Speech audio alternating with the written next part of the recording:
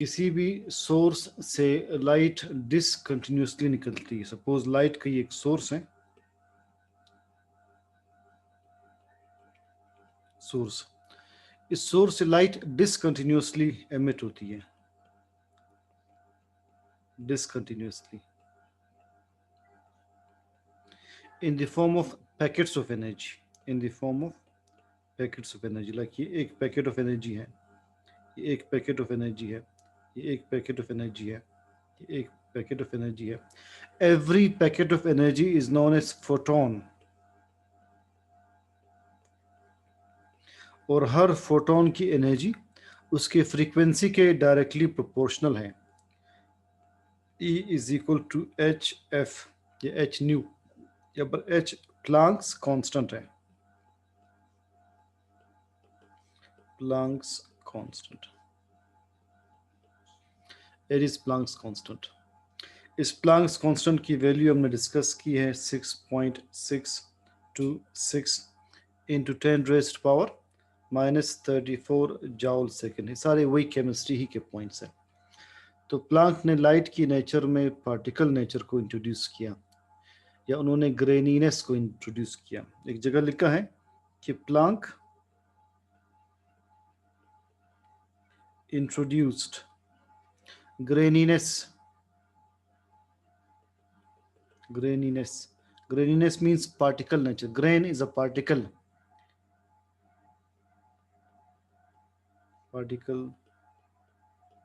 nature of light.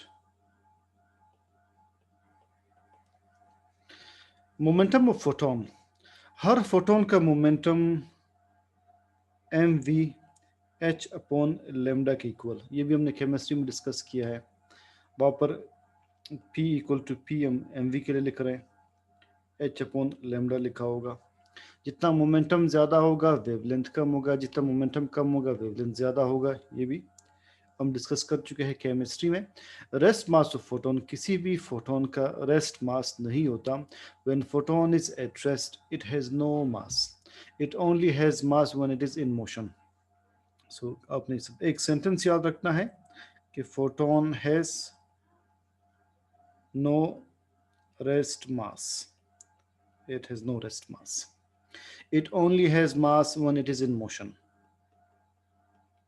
it only has mass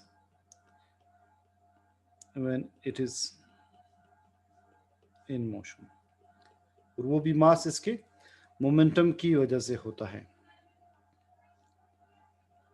interaction of electromagnetic radiation with matter, इसमें हम पहला पढ़ रहे photo electric effect. Let's see what is photo electric effect. हम एक cathode discuss करते consider कर रहे हैं, इट इज कैथोड।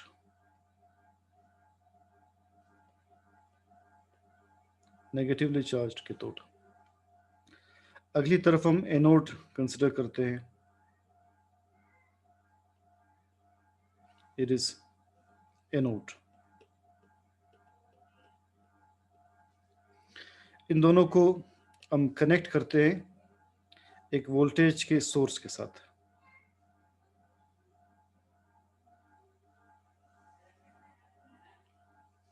अब ये देखते हैं कि जैसे ही कैथोड पर कोई लाइट हम फोकस करते हैं, कैथोड के ऊपर आप लाइट फोकस करें, फोटॉन्स फोकस करें, तो कैथोड से इलेक्ट्रॉन्स एमिट होते हैं, कैथोड से इलेक्ट्रॉन्स एमिट होते हैं। When light falls upon cathode, cathode emits electrons. These electrons are attracted by anode and current begins to flow through this circuit because of these electrons. Cathode के ऊपर light focus करने के बाद वहाँ से electrons का एमिट होना, इसे कहते हैं photo electric effect. Photo means light, हम लाइट फोकस कर रहे हैं, वहाँ से इलेक्ट्रॉन्स एमिट हो रहे, तो it is photo electric effect. Electrons are attracted by anode and current begins to flow in this circuit because of these electrons. इस फिनोमिना को हम फोटो इलेक्ट्रिक इफेक्ट कहते हैं। जो इलेक्ट्रॉन्स एमिट हुए इन्हें कहते हैं फोटो इलेक्ट्रॉन्स। इन फोटो इलेक्ट्रॉन्स की मैक्सिमम एनर्जी हम वी नॉट ई से शो करते हैं, V nought E. Maximum energy या maximum kinetic energy is V nought E. V nought is the potential supplied from here. E shows charge, charge of electron. Charge of electron. Experimental results of photoelectric effect. Maximum energy of photoelectrons. Electrons की photo energy कितनी होगी ये depend करता है कि light की frequency क्या है। जो लाइट इस पर पड़ रही है उस लाइट की फ्रीक्वेंसी क्या है, इस लाइट की फ्रीक्वेंसी पर इन इलेक्ट्रॉन्स की मैक्सिमम एनर्जी डिपेंड करती है। और साथ ये इलेक्ट्रॉन्स की मैक्सिमम एनर्जी डिपेंड करती है नेचर ऑफ मेटल पर, जिस मेटल से इलेक्ट्रॉन्स निकल रहे हैं। सो ये 2 पॉइंट्स याद रखें। Maximum energy of photo electrons it depends upon number 1 nature of metal, कि मेटल की नेचर क्या है। जितना रिएक्टिव मेटल होगा उतने ही इलेक्ट्रॉन्स की एनर्जी ज़्यादा होगी। Number 2 it depends upon the frequency. Frequency means energy. जब और भी हम वर्ड यूज़ करेंगे frequency, it shows energy, energy of photons. जो फोटॉन्स आप उसके ऊपर फोकस कर रहे हैं उनकी एनर्जी पर इलेक्ट्रॉन्स की एनर्जी डिपेंड करती है। थ्रेशोल्ड फ्रीक्वेंसी, ये देखा गया कि इस लाइट की जो फोटोन आप फोकस कर रहे हैं, जो फोटोन आप फोकस करें, लाइट फोकस करे के तौर पर इस लाइट की एक ख़ास मिनिमम फ्रीक्वेंसी होनी चाहिए, तभी जाकर वहाँ से इलेक्ट्रॉन्स एमिट होंगे। अगर इस लाइट की फ्रीक्वेंसी उस ख़ास फ्रीक्वेंसी से कम पर इलेक्ट्रॉन्स एमिट नहीं होंगे। उस ख़ास फ्रीक्वेंसी को हम कहते हैं threshold frequency. What is threshold frequency? The minimum frequency of light that can cause emission of electrons is called threshold frequency. The minimum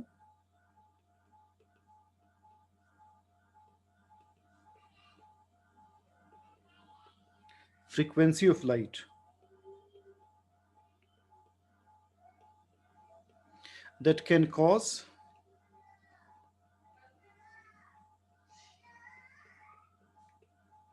emission of electrons. The minimum frequency of light that can cause emission of electrons is threshold frequency. वो कम से कम frequency कि जिस पर electrons emit हो उसे हम threshold frequency कहते हैं। अगर फ्रीक्वेंसी उस कम से कम फ्रीक्वेंसी से कम होगी लाइट की तो इलेक्ट्रॉन्स एमिट नहीं होंगे। नंबर ऑफ इलेक्ट्रॉन्स एमिटेड, कितने इलेक्ट्रॉन्स एमिट होंगे, it depends upon the intensity of light, कितनी लाइट आप फोकस कर रहे हैं। आप लाइट ज़्यादा फोकस करेंगे ज़्यादा इलेक्ट्रॉन्स एमिट होंगे, आप लाइट कम फोकस करेंगे इलेक्ट्रॉन्स कम एमिट होंगे। So the number of electrons emitted it depends upon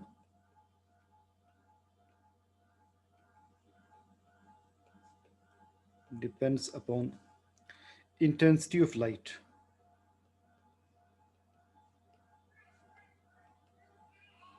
Intensity of light focused. Failure of electromagnetic wave theory to explain photoelectric effect. जो electromagnetic wave theory है, Maxwell's electromagnetic wave theory, Maxwell ने electromagnetic theory present की थी। अगर आप या तो physical optics हमने पढ़ा है, और मैक्सवेल के बाद फिर प्लांक ने क्वांटम थ्योरी प्रेजेंट की। तो मैक्सवेल की जो इलेक्ट्रोमैग्नेटिक वेव थ्योरी है वो कुछ पॉइंट्स का आंसर नहीं दे सकी। फॉर एग्जांपल नंबर 1, ये क्यों एक खास फ्रीक्वेंसी चाहिए कि जिसके बाद ही इलेक्ट्रॉन्स एमिट होंगे।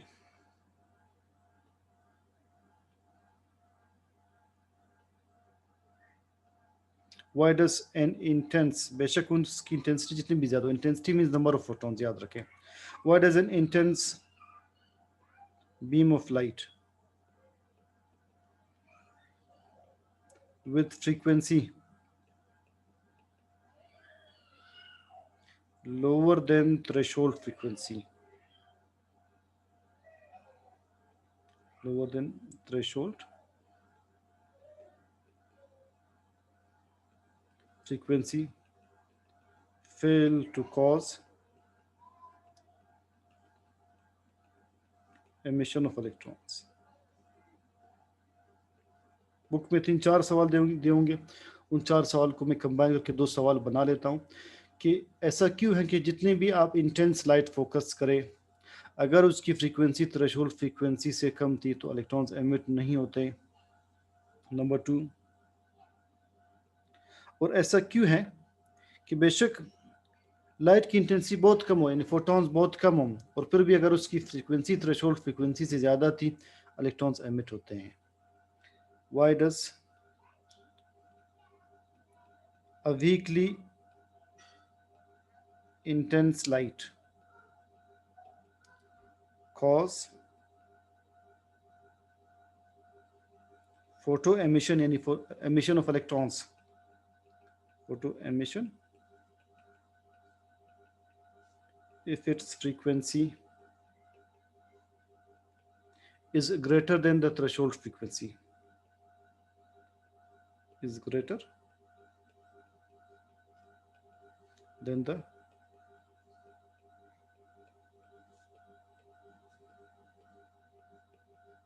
Threshold frequency. ऐसा क्यों होता है? तो मैं आपको ये एक टर्म बता देता हूँ कि यहाँ पर जो इंटेंसिटी ऑफ लाइट है, what does it show?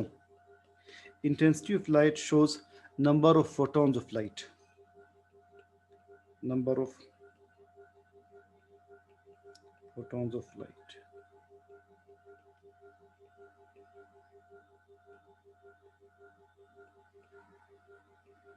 और जो हम वर्ड यूज कर रहे हैं फ्रीक्वेंसी की, फ्रीक्वेंसी डिपेंड्स एनर्जी, इसलिए कि energy is directly proportional to frequency. So जब फ्रीक्वेंसी ऑफ लाइट की बात करते हैं, that simply means energy of light. जो इलेक्ट्रोमैग्नेटिक वेव थ्योरी है वो नहीं बता सकी कि ऐसा क्यों है कि बेशक 3 फोटॉन्स हो, मगर अगर उनकी फ्रीक्वेंसी यानी एनर्जी ज़्यादा है, वो इलेक्ट्रॉन्स एमिट कर सकते हैं. और अगर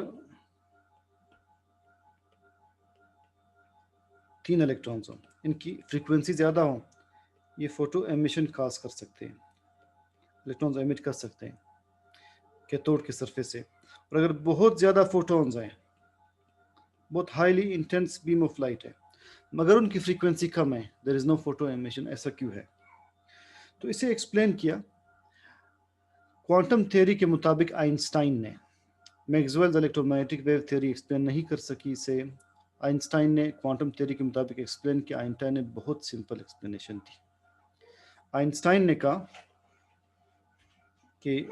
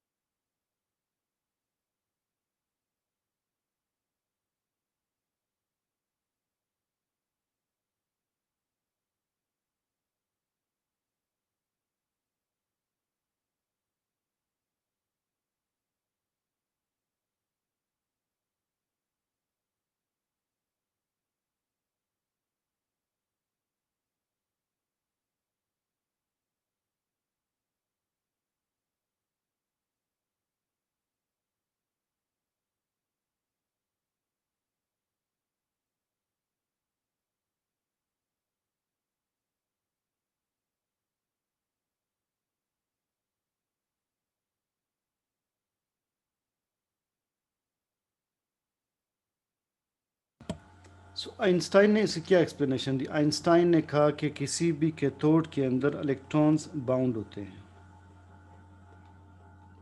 डेफिनेटली हर इलेक्ट्रॉन किसी अट्रैक्शन के अंडर बाउंड है.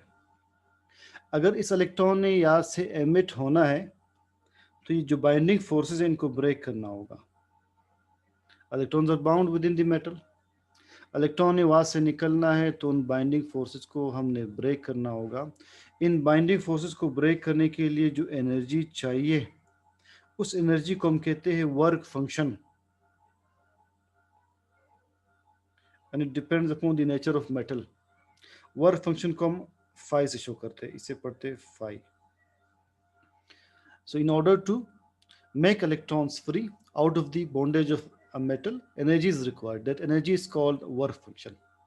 तो अगर किसी लाइट पर जो अब लाइट फोकस कर रहे हैं उस लाइट में इतनी एनर्जी हो कि वो इलेक्ट्रॉन्स के इन बाइंडिंग फोर्सेस को ब्रेक कर सके। बेशक दो ही फोटॉन्स हो, वो फोटो एमिशन काज कर सकते हैं। फॉर एग्जांपल, अगर इन इलेक्ट्रॉन्स को ब्रेक करने के लिए, इलेक्ट्रॉन्स को यहाँ से फ्री करने के लिए 100 जॉल एनर्जी चाहिए, 100 जॉल। आपने फोटॉन्स फोकस किए जिनके अंदर एनर्जी है 130 जॉल, 130 जॉल। फोटोन की एनर्जी उससे ज़्यादा है, तो फोटोन जब स्ट्राइक करेंगे वो उन इलेक्ट्रॉन्स को ब्रेक करेंगे, उन इलेक्ट्रॉन्स की बाइंडिंग फोर्स को ब्रेक करेंगे, इलेक्ट्रॉन्स यहाँ से निकल आएंगे। ठीक है, 130 जॉल फोटोन की एनर्जी है, 130 जॉल। 100 जॉल चाहिए थी इलेक्ट्रॉन्स को फ्री करने के लिए, जो रिमेनिंग 30 जॉल है वो 30 जॉल इन इलेक्ट्रॉन्स की काइनेटिक एनर्जी बन जाएगी, इलेक्ट्रॉन्स की काइनेटिक एनर्जी बन जाएगी। और अगर ऐसा हो, आपने 10 फोटॉन्स फोकस किए, 10 फोटॉन्स फोकस किए, हर फोटोन की एनर्जी 90 जॉल है, जबकि इलेक्ट्रॉन्स को वहां से फ्री करने के लिए 100 जॉल मिनिमम चाहिए। तो बेशक आप 100 स्तर के फोटॉन्स फोकस करें, इलेक्ट्रॉन्स वहां से एमिट नहीं होंगे। इस तरह से उन क्वेश्चंस का आंसर मिला। आइंस्टाइन ने कहा 1 फोटोन स्ट्राइक्स 1 इलेक्ट्रॉन। नंबर 1, हर इलेक्ट्रॉन को वहां से फ्री करने के लिए मिनिमम एक खास एनर्जी चाहिए, उसे कहते हैं वर्क फंक्शन। तो लिहाजा जो हम लाइट फोकस कर रहे हैं उसमें मिनिमम उतनी ही एनर्जी यानी उतनी ही फ्रीक्वेंसी होनी चाहिए। फ्रीक्वेंसी यहाँ पर एनर्जी को डिपेक्ट कर रही है। उस मिनिमम फ्रीक्वेंसी को कहते हैं थ्रेशोल्ड फ्रीक्वेंसी। अगर इलेक्ट्रॉन्स के पास, फोटॉन्स के पास वो थ्रेशोल्ड फ्रीक्वेंसी यानी वो मिनिममली रिक्वायर्ड एनर्जी है, तो वो इलेक्ट्रॉन्स को वहाँ से फ्री कर सकते हैं। और अगर उससे कम एनर्जी तो इलेक्ट्रॉन्स को फ्री नहीं कर सकते। अगर फोटॉन्स के पास, अब 3 केसेस हम बनेंगे, अब मैं बताऊंगा 3 केसेस। तो लिहाजा इलेक्ट्रॉन्स के पास जो एनर्जी आएगी वो कौन सी होगी? Extra energy. तो लिहाजा आपने देखना है ये है कि जो फोटोन की एनर्जी है, एच एफ हम उसे शो करते हैं, फोटोन की energy, it is equal to work function plus kinetic energy of electron. कैसे? देखिए, आपने कहा 130 जॉल फोटोन की एनर्जी है, वर्क फंक्शन क्या है? 100 जॉल। इलेक्ट्रॉन्स को वहाँ से आज़ाद करने के लिए 100 जॉल चाहिए, बाकी 30 जॉल इलेक्ट्रॉन्स की काइनेटिक एनर्जी बन जाएगी। So H F minus lambda. और अगर आपने काइनेटिक एनर्जी मालूम करनी है कि कितनी काइनेटिक एनर्जी है, आप इस इक्वेशन में जो है फाई को यानी 100 जॉल को अगली तरफ ले जाएं। अगली तरफ ले जाएंगे तो ये इक्वेशन बन जाएगी। यहाँ से आप उनकी काइनेटिक एनर्जी कैलकुलेट कर सकते हैं। तो लिहाजा आइंस्टाइन ने क्या कहा? आइंस्टाइन ने नंबर 1 ये बात कही कि 1 photon strikes 1 electron. Number 1। Number 2, in order to set electrons free,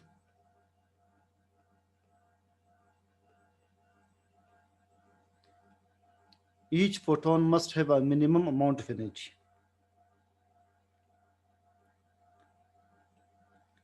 Each photon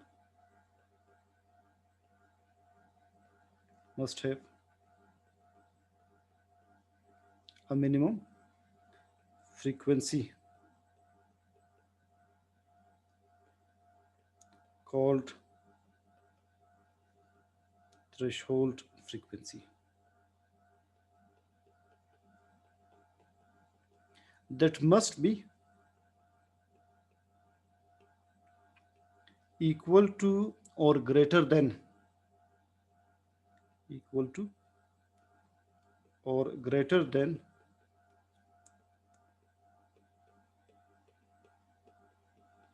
work function of a metal. वो जो इलेक्ट्रॉन्स की, सॉरी फोटॉन्स की फ्रीक्वेंसी है वो मेटल के वर्क फंक्शन के इक्वल या उससे ग्रेटर होनी चाहिए। वर्क फंक्शन क्या है? Minimum energy required to make electrons set free. अब मैं वर्क फंक्शन बताता हूँ कि वर्क फंक्शन क्या है। Work function,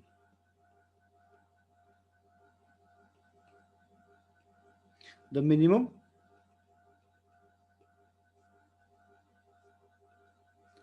amount of energy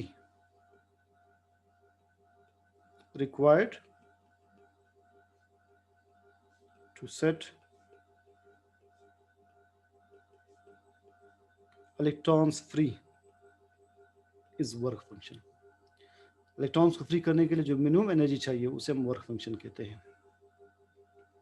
अब नंबर 4, अगर फोटोन की फ्रीक्वेंसी थ्रेशोल्ड फ्रीक्वेंसी से कम हो, फोटो एमिशन नहीं होगी.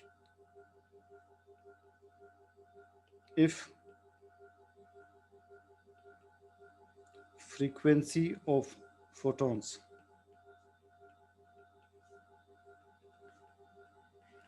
is less than threshold frequency,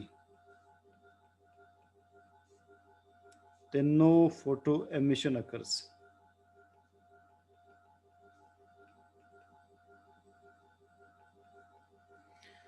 बेशक लाइट जितने भी इंटेंस हो, यानी फोटॉन्स जितने भी ज़्यादा हों, even if light is highly intense, that is, it has many photons,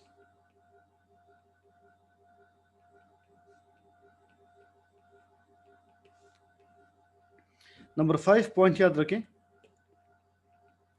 अगर लाइट की फ्रीक्वेंसी थ्रेशोल्ड फ्रीक्वेंसी के इक्वल है, फोटो एमिशन होगी और इलेक्ट्रॉन्स स्टेशनरी हो जाएंगे. इसलिए कि सपोज वर्क फंक्शन है 100 जॉल, जो लाइट है उसकी एनर्जी यानी फ्रीक्वेंसी वो भी 100 जॉल है. ठीक है, तो ये लाइट जाकर इलेक्ट्रॉन्स को सेट फ्री तो कर लेगी, इलेक्ट्रॉन्स निकलते ही स्टेशनरी हो जाएंगे, उनके पास एक्स्ट्रा एनर्जी नहीं होगी. So second point, if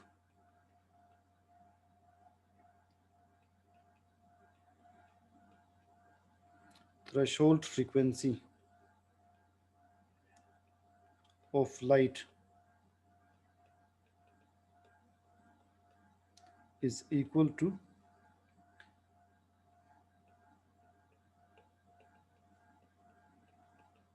work function of metal,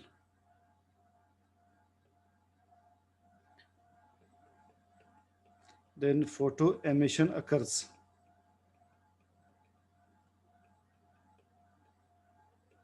और निकलते ही इलेक्ट्रॉन्स स्टेशनरी हो जाएंगे, and electrons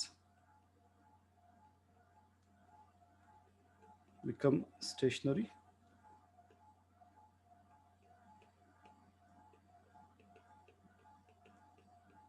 after emission. और नंबर 6, अगर लाइट की फ्रीक्वेंसी, फोटॉन्स की फ्रीक्वेंसी थ्रेशोल्ड फ्रीक्वेंसी से ज़्यादा हो, उस लाइट की फ्रीक्वेंसी, मैंने बताया फ्रीक्वेंसी इनकी एनर्जी को शो कर रही है, वो थ्रेशोल्ड फ्रीक्वेंसी से ज़्यादा हो, यानी 100 जॉल से ज़्यादा हो, 130 जॉल्स हो, 170 जॉल्स हो, कि वर्क फंक्शन 100 जॉल है. तो जैसे लाइट पड़ेगी मेटल पर, इलेक्ट्रॉन्स निकलेंगे भी, और उनके पास जो काइनेटिक एनर्जी होगी वो किसके इक्वल होगी, 70 जॉल की इक्वल होगी. जो एक्स्ट्रा एनर्जी वो 70 जॉल्स है इस केस में. So if threshold frequency of light is greater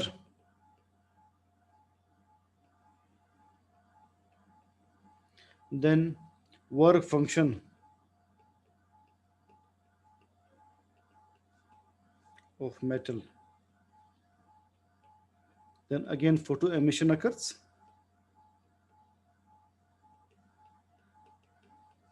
Photo emission occurs and electrons move with certain kinetic energy. तो देखिए आइंस्टाइन एक बहुत ही इंटरेस्टिंग लॉजिकल सिंपल एक्सप्लेनेशन दी. नंबर 1, इलेक्ट्रॉन, आइंस्टाइन ने कहा कि एक फोटोन एक इलेक्ट्रॉन को स्ट्राइक करेगा.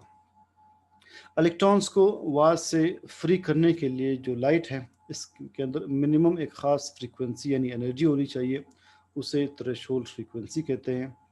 और इलेक्ट्रॉन्स को वार से निकालने के लिए जो एनर्जी चाहिए उसे हम वर्क फंक्शन कहते हैं। तो थ्रेशोल्ड फ्रीक्वेंसी मेटल के वर्क फंक्शन की इक्वल होनी चाहिए। फोर्थ पॉइंट, अगर लाइट की फ्रीक्वेंसी यानी एनर्जी वर्क फंक्शन से कम है, बेशक उसमें जितने भी फोटॉन्स हैं, फोटो एमिशन नहीं होगा। पॉइंट नंबर 5, अगर थ्रेशोल्ड फ्रीक्वेंसी वर्क फंक्शन के एग्जैक्टली इक्वल है, एग्जैक्टली इक्वल, तो फोटो एमिशन तो होगी मगर एमिट होते ही इलेक्ट्रॉन्स स्टेशनरी हो जाएंगे।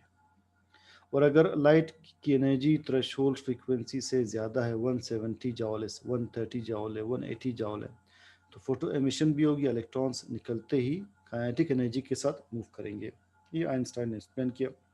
इससे रिलेटेड एक टॉपिक है फोटो सेल, जो कल के लेक्चर में इंक्लूडेड होगा।